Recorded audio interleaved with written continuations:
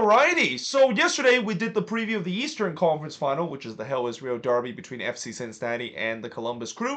Today we're going to do the preview of the Western Conference Final between LAFC versus the Houston Dynamo. Now, obviously, I know this matchup will be heavily overshadowed in terms of the Hell is Real derby. I mean, everybody is basically going to be talk about the Hell is Real derby and so much anticipation surround that game. And not a lot of people will be paying too much attention in terms of this one, knowing the fact that many people have already said that LAFC is probably going to win this and that, this was probably going to be where we see the Houston Dynamo great season.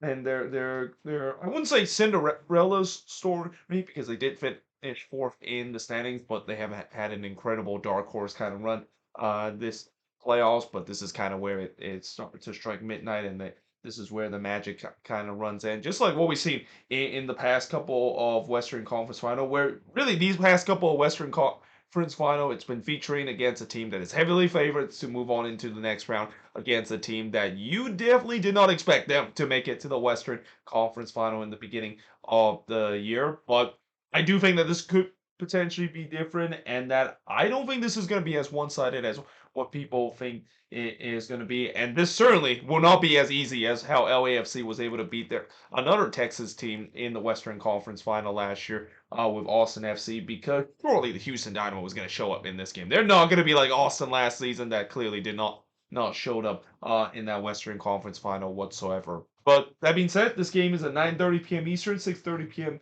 Pacific start. And in terms of the all-time meeting, LAFC does have the all-time meeting with a 5-5-3 record. But keep in mind, Houston has been able to do a double against LAFC. And there's not a lot of team you could say that has done a double against LAFC, but Houston did it this year.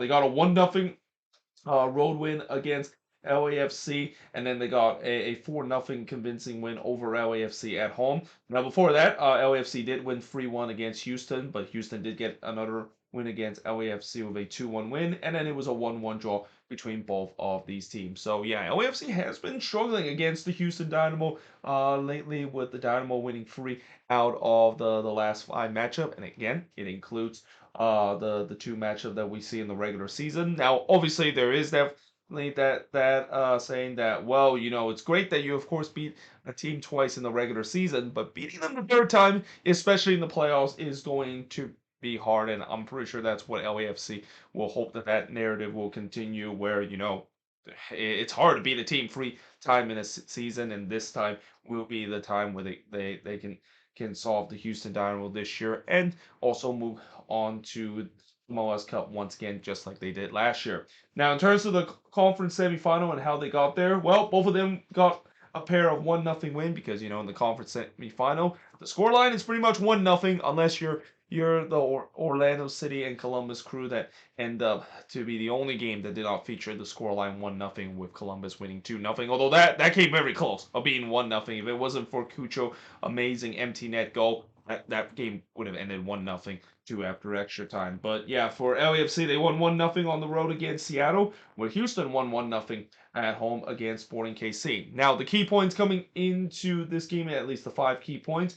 Obviously, for LAFC, they're looking to join the Seattle Sounders in 2019 and 2020 as the only defending champ to go back to MLS Cup since 2013. And keep in mind, there's been no team that has won back-to-back MLS Cups since their intercity rival LA Galaxy did it. I believe they did it in 2011 and 2012. So yeah, we'll see whether or not if LAFC can potentially join that. Though again, I will say that looking back at that Seattle team, it could be a case where how that Seattle team in 2020 lost that MLS Cup. So guess who they lose that MLS Cup? They lost it to the Columbus Crew. There's a chance that if Columbus does beat Cincinnati in the Hell is Real derby to move on to MLS Cup, LAFC might have this similar fate again, where they have to go on the road to play against Columbus in MLS Cup, just like what we see the Seattle Sounders did in 2020 in that COVID shortened season. And mind you, that 2020 MLS Cup was an MLS Cup where everybody thought that Seattle was going to win, because they were facing a very short-handed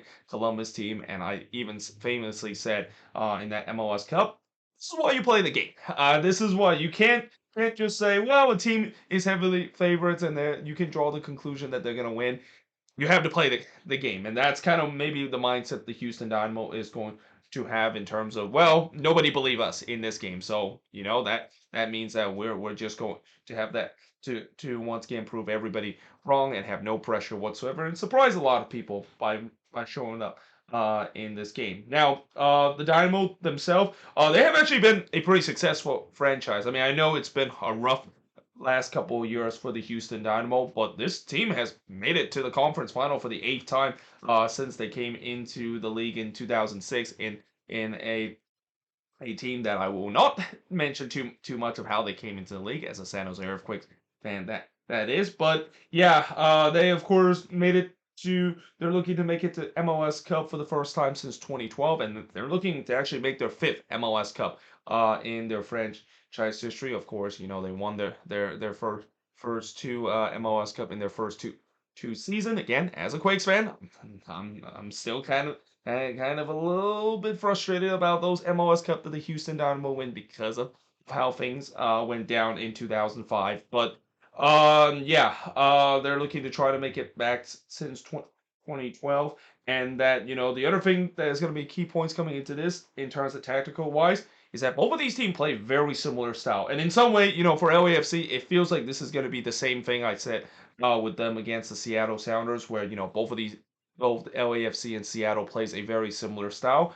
Well, LAFC decided to kind of sit back and allow their opposition have all the possession. He did exactly that against the Seattle Sounders, and it worked perfectly. I mean, yes, they had to make some last ditch defending, and Maxime Crepeau had to come up with big save, but it won. They won that game, and they're moving on into the Western Conference Final against this Houston Dynamo team that is also like to hit on the transition. I mean, that's kind of the DNA for the Houston Dynamo for the past couple of years. They've always been a very good transitional team. Though that being said, in terms of how this game is going to play, and like what I said in the game between Seattle and LAFC, somebody's going to have possession, and you wonder who is going to be that team. I would say maybe LAFC could be that team because they're playing at home. You would expect them to be the team that control possession and dictate the plays. And knowing that they are the favorites coming into this game, you would expect they should be the one that dictate the plays and be the protagonist. But don't be surprised. They might try to do the same tactics that they did against the Seattle Sounders, and especially this Houston team. There at times has struggled in terms of trying to break down a low block. And knowing LAFC is probably one of the most lethal team on the transitional play, and that Houston, as I said in that game against Columbus. I mean, I said yesterday about Columbus turning the ball over in the game against Orlando City. Houston also kind of did the same thing in that game against Sporting KC, and they were very fortunate that they didn't get burned in that game.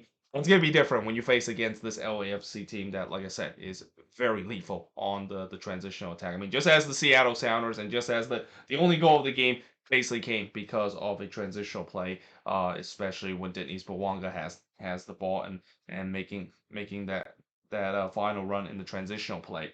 And then the fourth key points coming in this is, will the underdogs once again prevail? Knowing that Houston is definitely heavy underdogs coming in to this one, and LAFC will be heavy favorites coming into this. And like I said, when you look at the past couple of Western Conference final game, the favorites eventually does win the conference final, despite the fact that there was hint that maybe the underdogs could pull off an upset, and Houston is going to have to trying to prove that wrong. Houston is going to try to be the one that once again continue this miraculous dark horse kind of run and continue to kind of prove a lot of people that yes, in the year 2023 we could see Ben Olsen coaching a team in MLS Cup. Like I don't think when Ben Olsen got fired by DC United, any DC fans or even any MLS fans would have the audacity to say that Ben Olsen could be coaching an MLS Cup team heading into the year of 2023. But that's